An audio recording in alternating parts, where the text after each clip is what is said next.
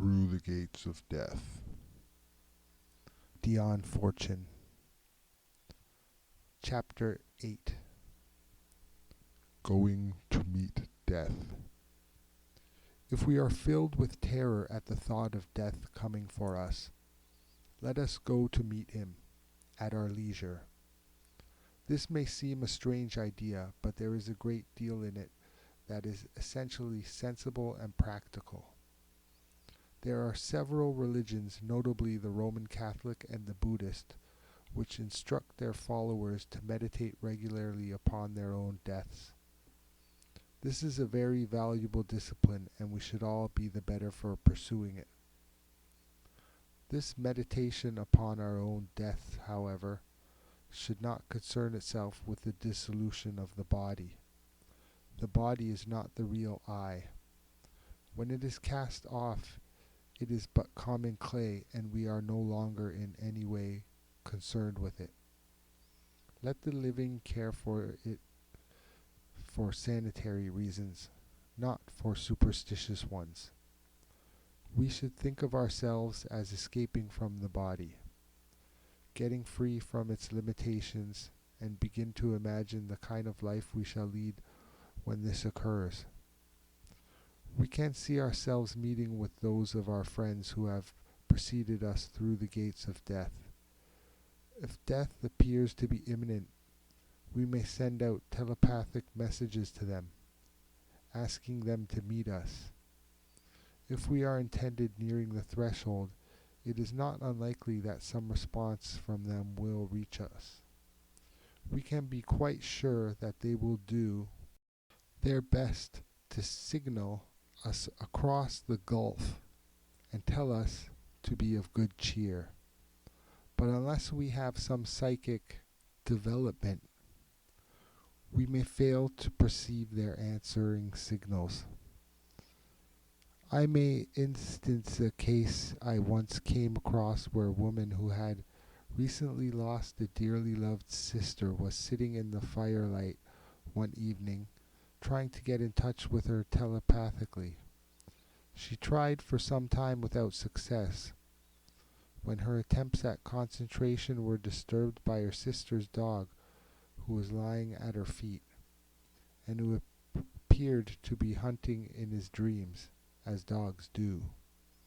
Suddenly he woke up and looked about him in surprise, as if expecting to see someone, and then rushed from room to room of the house, barking joyously. This was the first time he had shown any interest or animation since his mistress's death. My friend was of the opinion that she had succeeded in summoning her sister, but had not been able to perceive her.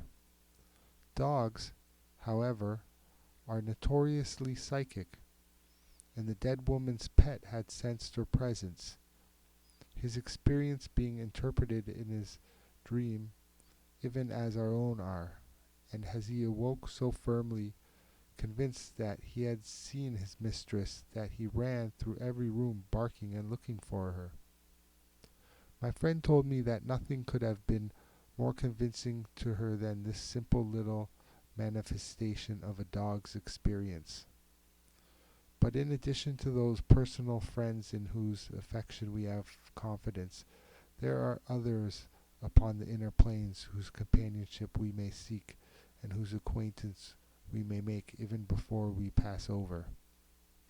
We may recall our Lord's promise, "I will not leave you comfortless," and pray to him that our guide may be known to us in life, so that we may pass out in confidence when our call comes.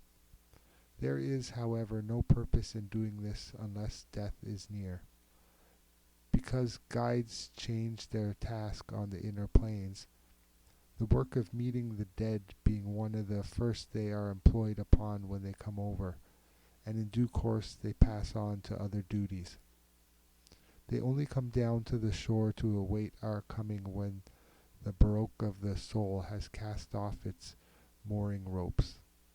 The research that has been done by spiritualists has revealed what very important work goes on in the part of the spirit world which is contagious to the earth plane. There is abundant evidence from innumerable sources that the bands of invisible helpers are highly organized, and that no soul is allowed to pass out alone and unaided. When a ship is about to sail, she hoists the blue Peter, and everyone who has business with her hastens abroad. When the soul is about to depart from the body, it too flies a signal. And there are those on the inner planes whose business it is to watch for those signals and to see to it that all traveling souls are guided and guarded and welcomed as they move from out our bourne of time and space. Even when the star of death is below the horizon, we do well to familiarize ourselves with the nature of the afterlife states in order that we may become accustomed to the idea of them and that they may not seem strange or terrible to us. We can rob death of its terrors in this way more effectively than any other. Moreover, we may meet someone who is hag-ridden by that cruel and terrible fear of death, which secretly afflicts so many who have been brought up in the old concepts of death and hell. It is a thing that very few people will confess spontaneously, and to meet someone who has escaped from that bondage may be like a light drawing in darkness to them. In our meditation upon our own death, do not let us concentrate so much upon the passing out as upon the life we are entering upon. Let us think joyously of the new hopes and activities that are opening before us.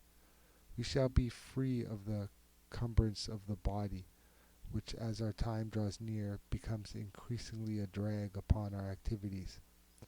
We shall rise up in the body of light, as it is called by the ancients.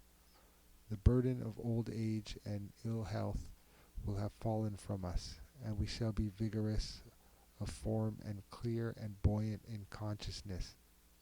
In death we literally take on a new lease of life. We shall enter upon that new life with all the vigor and enthusiasm of youth, for we are indeed born again.